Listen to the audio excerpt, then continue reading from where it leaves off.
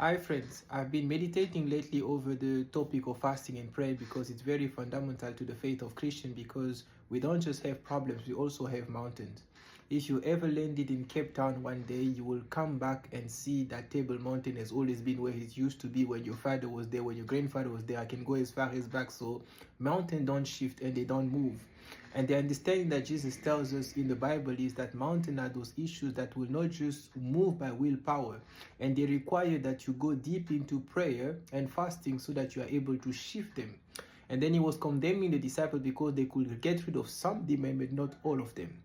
So he told them that you are people of little faith. So mean that there is a quality or quantity of faith, using the word of Jesus, that will allow you to shift certain situation. And I want you to talk about a progressive story that can allow you to understand that level so that you can also rate yourself in terms of your faith. Because if I ask you, are you a man of faith? You will say yes. But that yes is a degree, because there is some of your addiction that you can't overcome because that yes is not good enough. It's a yes standard answer, but it's the yes at which level. The first level which I want to talk about is the process and the movement of deliverance that taking place in the Israelites. So I'm very sure that as Moses come back to Egypt, he's holding meetings, so I'll call it church meetings. He's have people around to tell the plan, to discuss the exit and everything he's going to say to Pharaoh, and many people will join that meeting. But when it came time of leaving Egypt, it's not everybody that will believe that going with this guy is a wise idea. So there was still the fear that was more prevalent in the mind than the God that is delivering them. And that's a level of faith that actually gets you to stall in your comfort zone. You say that I've been like that all my life and I think I'm enjoying it. I'm enjoying this space of my life and I don't want it to change. So some people stay in Egypt.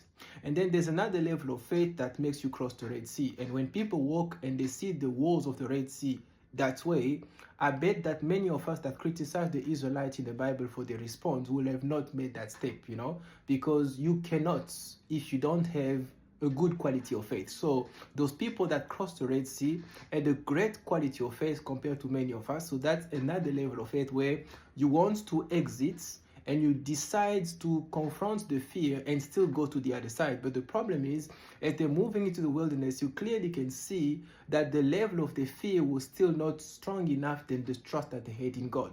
They were just content that the God could provide for food. They will trust him enough for that because they say he can give us manna every day, he can give us food, so that he can do. But when they come to the point where they need to go to the promised land, this God cannot do. So they still have in their mind an exit plan. So I can still exit and come back to Egypt.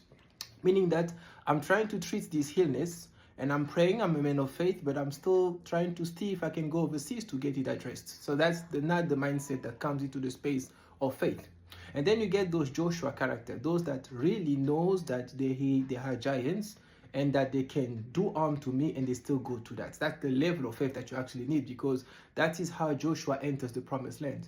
So now when you come to stories like Daniel, you start understanding what it meant for Daniel when they asked them to abide by the decree by the king have given, or to trust in the God. They decided to go through the fire. They decided to go through the den of lions because they were feeling that even if God doesn't help us, we're still going to trust him. And that's the level of faith that you should have. And the highest level of faith, obviously, is those like Jesus Christ that goes up to the point of death, where he comes to the cross, is like, I know I'm going to come back after 3 days. That's another level. Therefore, if somebody wants to deal with serious demon in his life and serious addiction, you need to rise your faith to that level. Question to ask, what is the level of faith, honestly? May the Lord bless you abundantly.